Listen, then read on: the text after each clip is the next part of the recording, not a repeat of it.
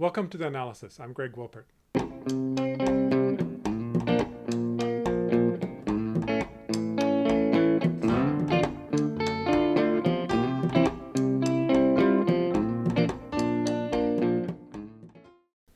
It's been a little over 100 days now since the new president of Bolivia, Luis Arce, has assumed office.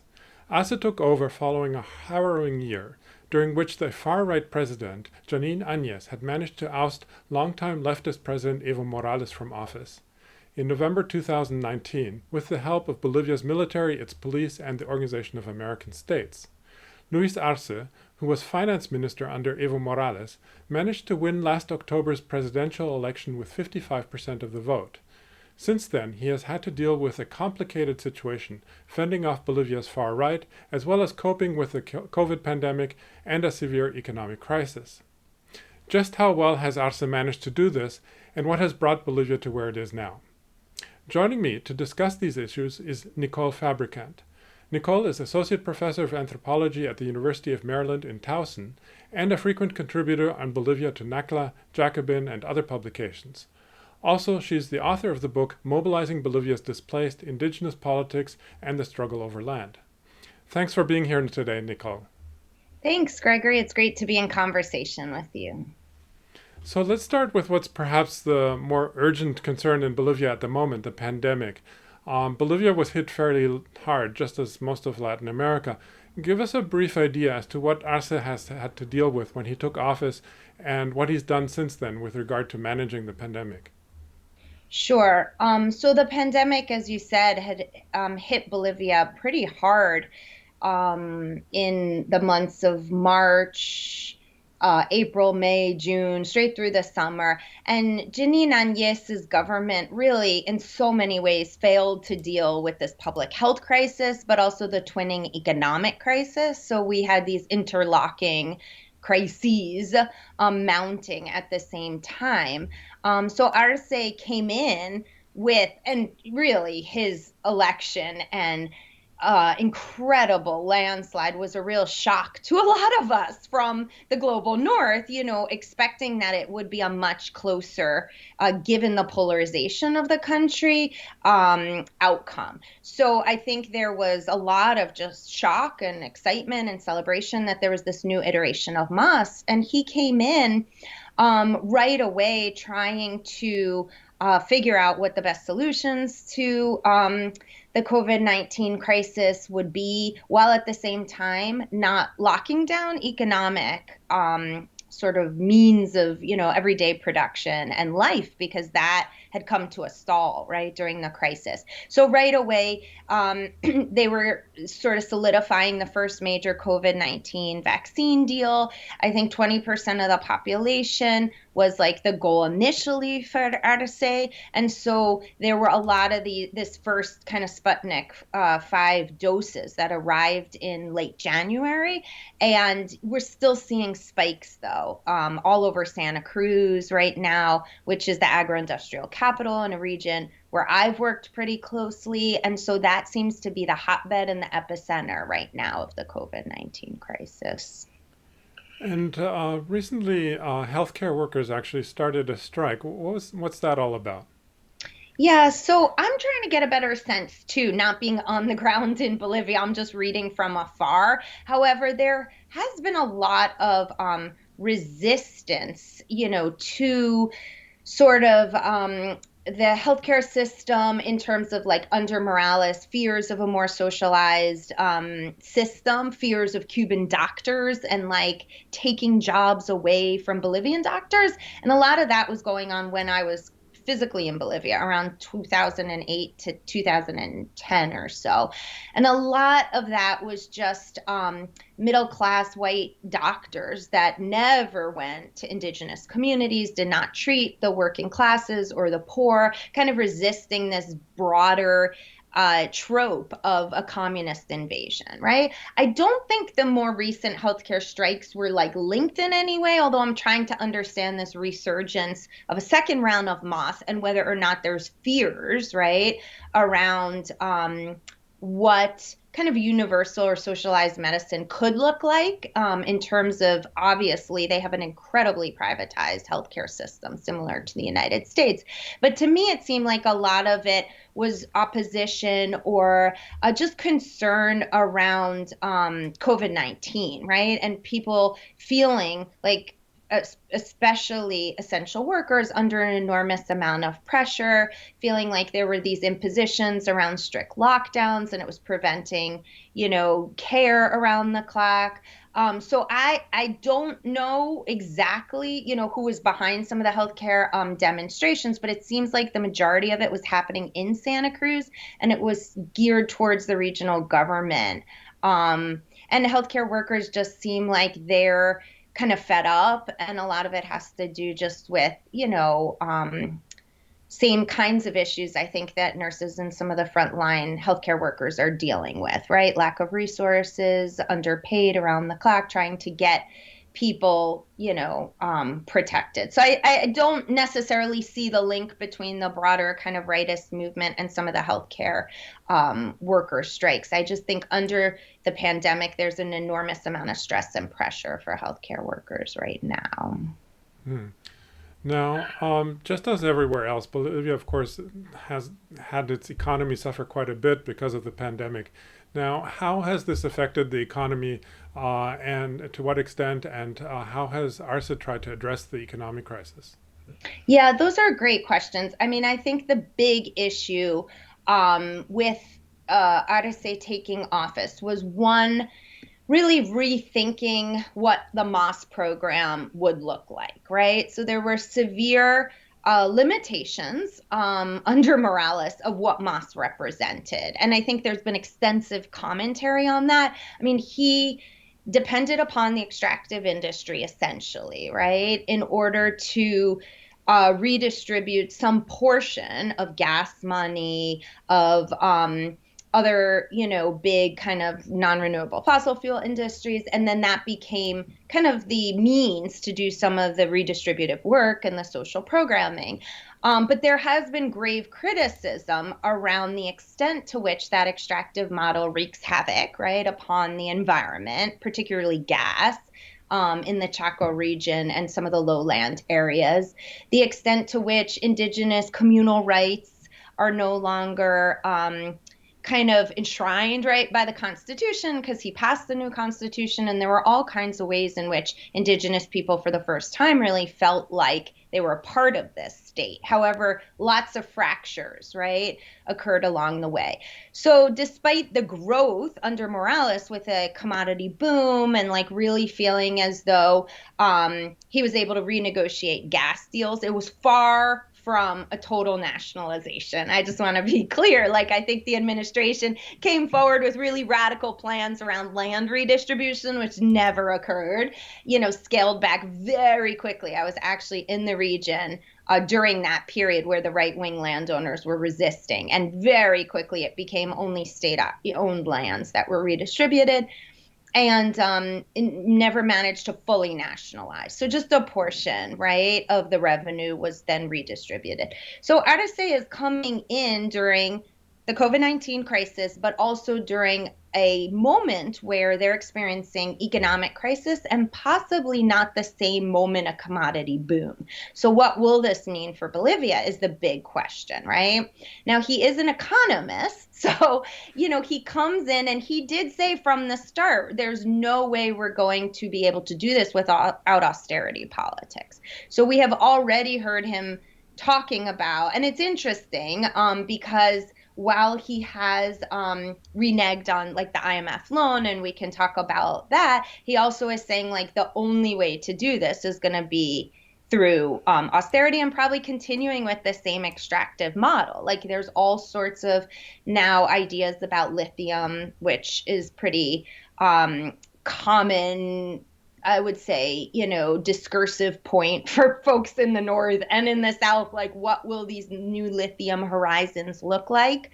Morales started to industrialize lithium extraction, and this obviously is going to reap all sorts of profits, right? Possibly for Bolivia, but also there's concerns around the social, the environmental, and even the small scale, like destruction of community for folks who live around some of those areas that will turn into mining zones, right?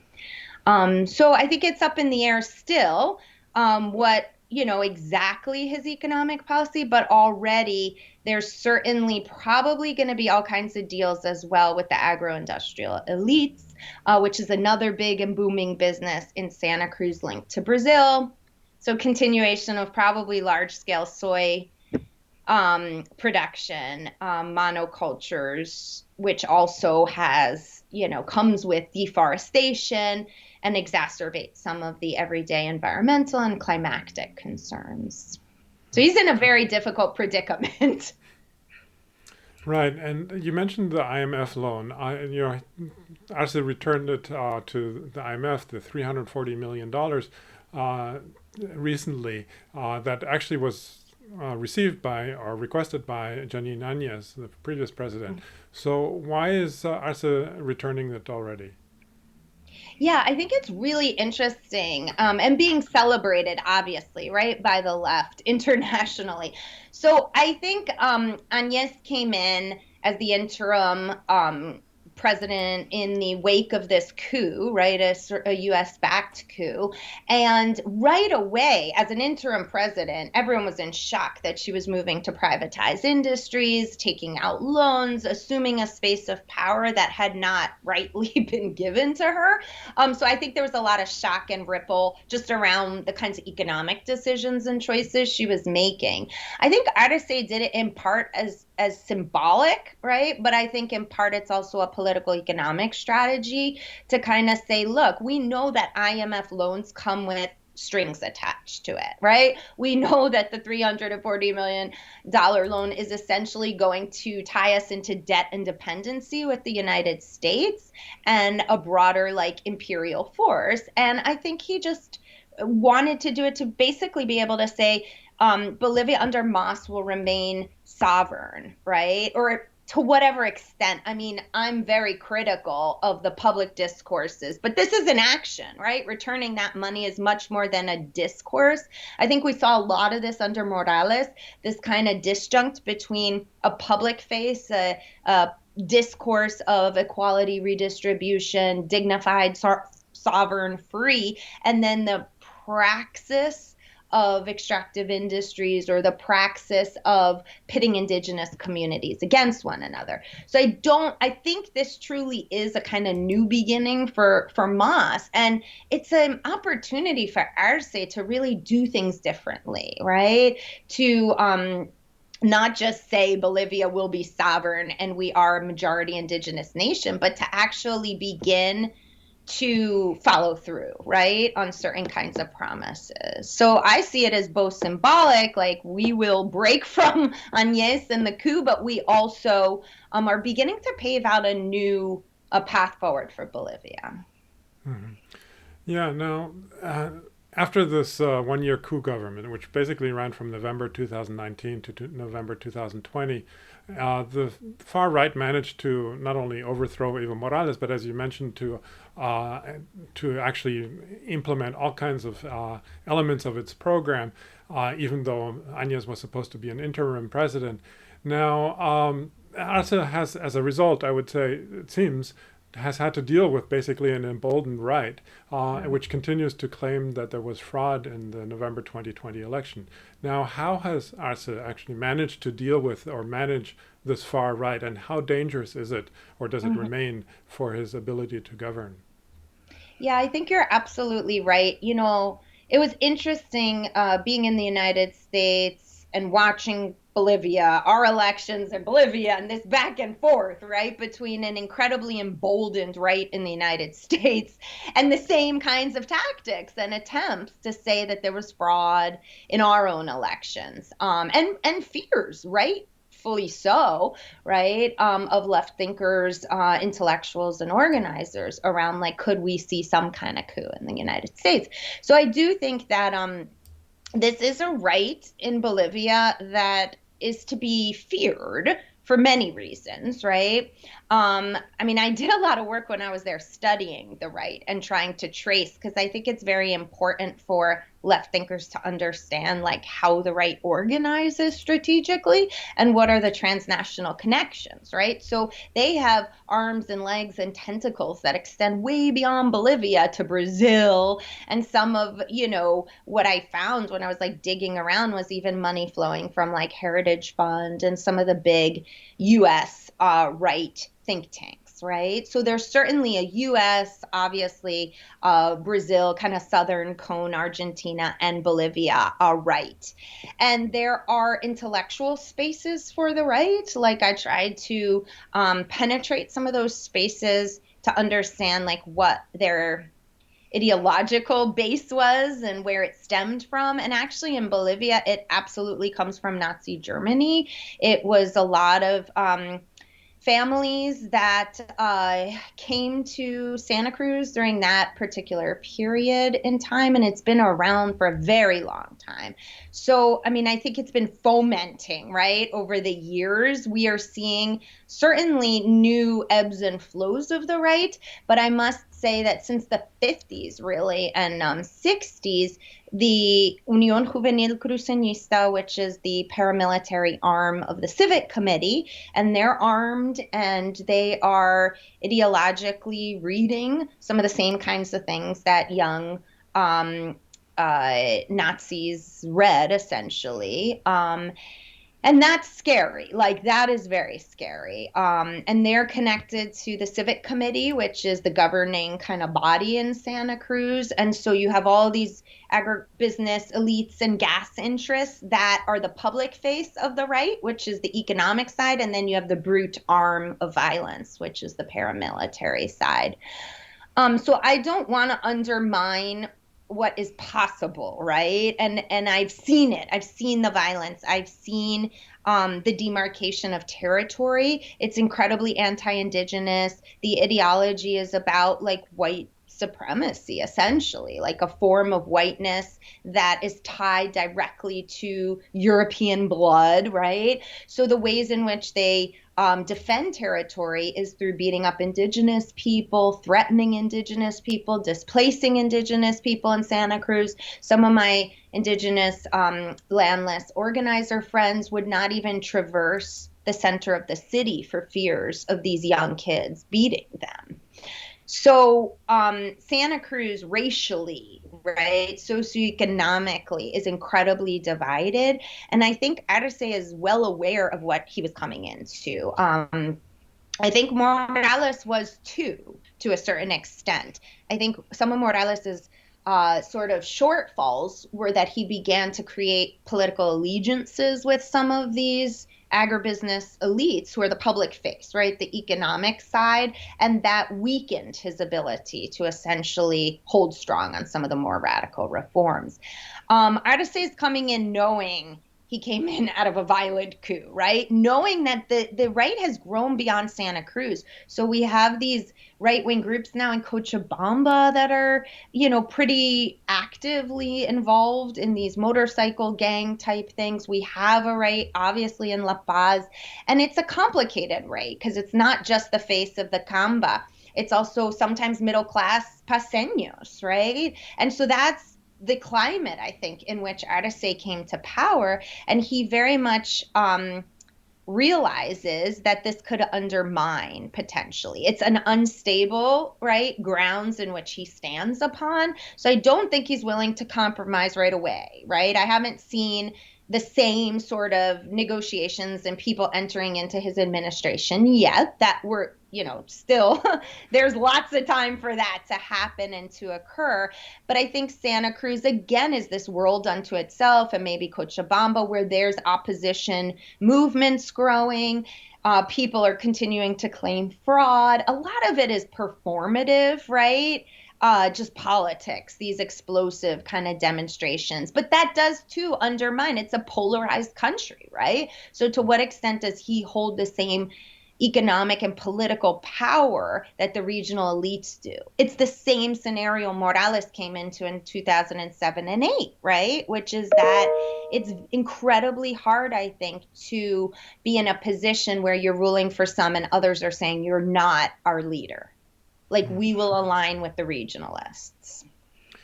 But I think it's also the point that you're making about the connections to even to Nazi Germany is very important because people forget, I think, just how extreme some elements of that right are. Just, I mean, downright, well, basically neo-Nazi fascistic elements. I think that's important to keep in mind. But I want to turn actually, or did you want to add something to that? I was just gonna say that they actually, I have photographed swastikas of this, Hmm. right? So, yes, the symbolism, the ideology, the iconography, and the ways in which they're training folks is deeply seated in a neo-fascistic, vision, right? And we must hold that present because I think it's very easy to think, oh, it's about regionalism, it's about economics, it's about owning natural resources. The right has been very savvy in Bolivia in convincing people that it's about a sense of, regional/national identity as separate from La Paz. But they've maneuvered these discourses, and very close to the surface of that is fascism, Hmm. Now, right? the other factor that Arce will have to deal with, of course, is the social movements, the more progressive elements of Bolivian society. For a long time, well, actually, in the beginning of the Morales government, as you pointed out in some of your articles, they were tied very closely to Morales, but then there was some fragmentation crept in. So now, how do you see this relationship between Arce and the social movements, and how it might evolve going forward? I mean, what are the early indications so far? Yeah. I mean, I really hope, and I think many of us on the left in the northern spaces of our hemisphere are really hoping that he is able to do things differently. So some of the fractions, and this won't cover all of them because it's very complicated. It would probably be a whole course, on the Moss first round. But essentially, what folks have written about is the ways in which Moss has co-opted, right, social movements. So lots of movements right away were given a seat of power inside the state, and that demobilized, right? Many radical movements. The movement I worked with, the landless peasant movement, right away was put in the seat of power, but yet seizing lands became illegal under Morales. So there were these really interesting ways in which he gave people power, but also de-emphasize the kind of more radical wing of those movements. So that occurred. And then there are lots of ways in which movements were kind of pitted against one another.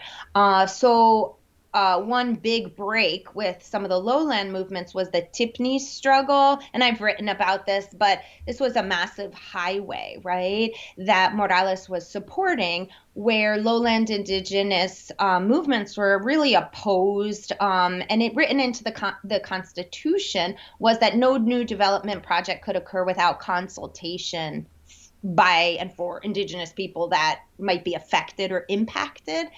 And so he breached and broke that because he did not consult before signing on to this large scale, massive highway that was going to be built. And it created an enormous amount of friction, feeling like Moss was not governing for lowland indigenous peoples.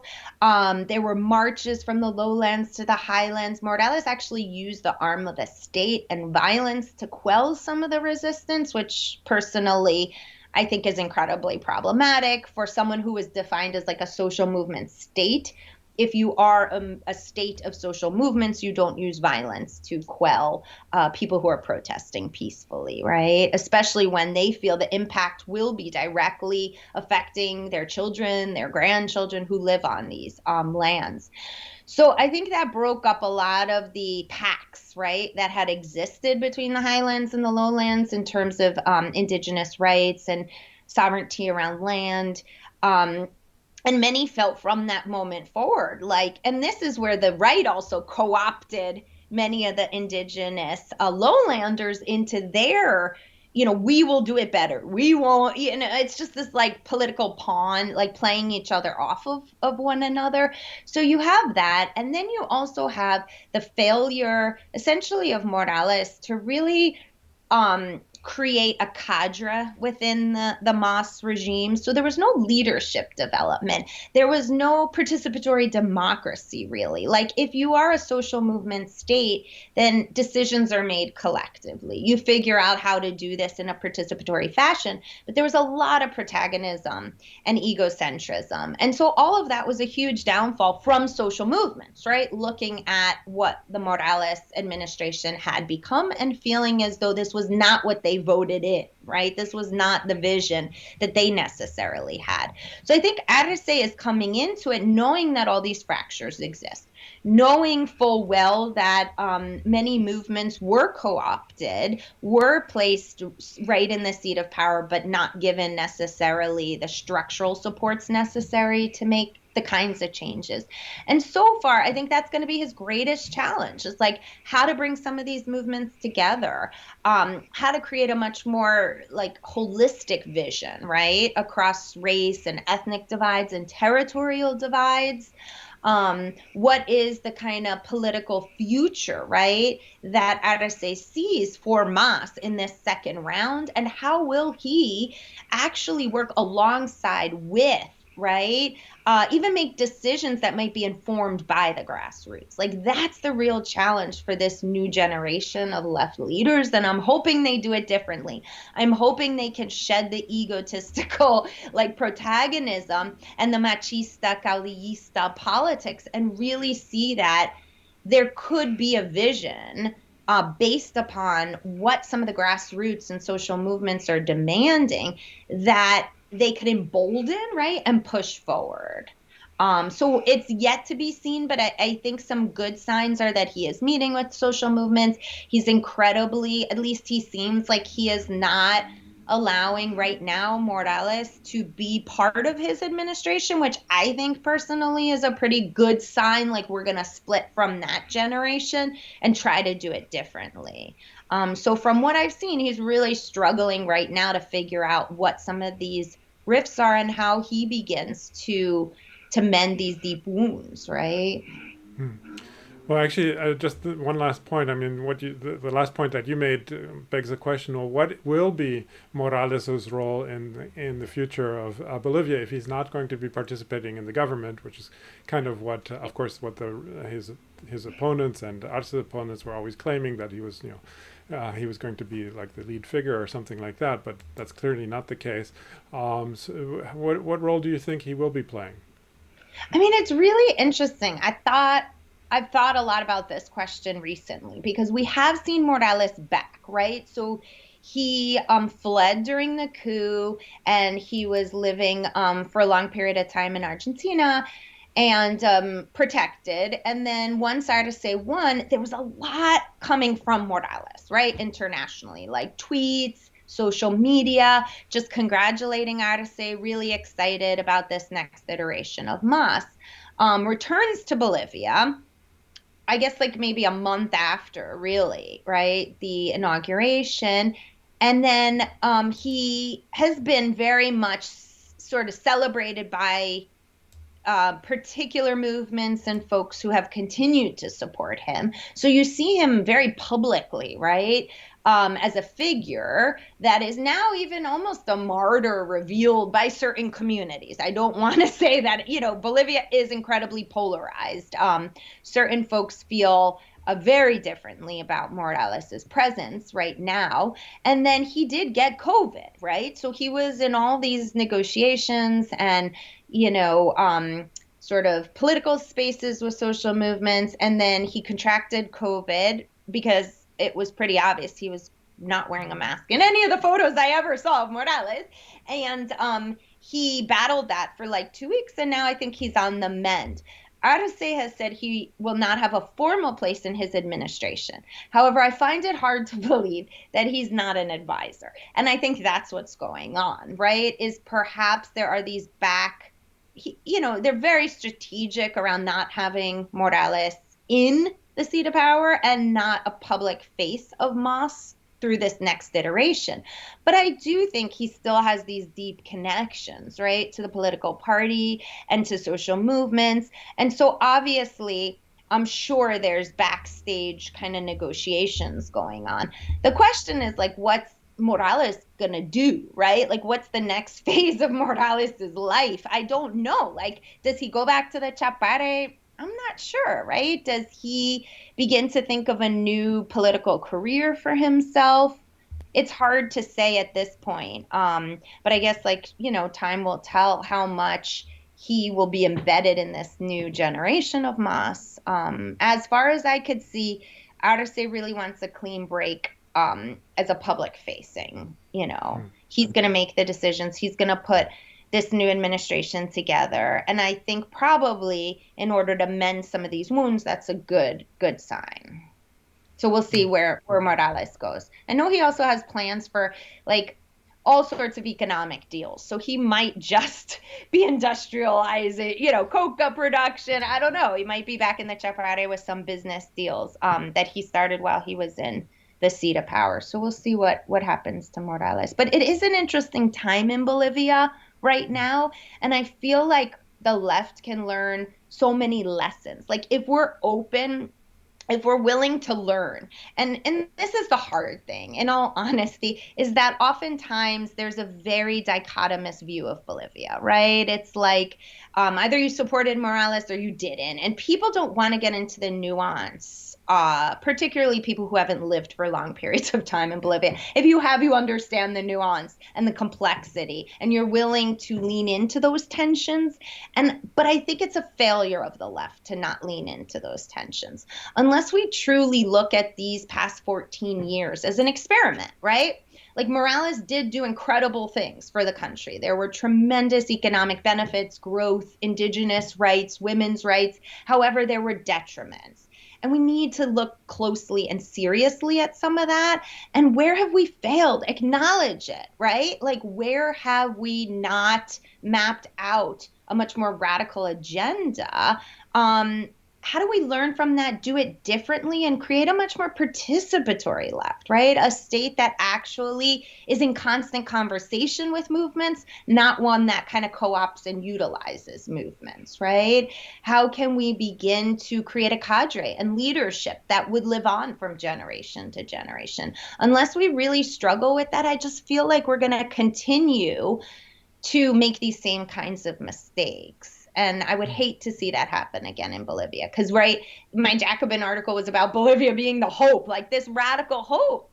Even despite all odds, we see Mas like surging again. And that says something, right, about this historic political economic conjuncture and what Bolivians, I think, hold on to as a grave hope for some kinds of real substantive and radical changes.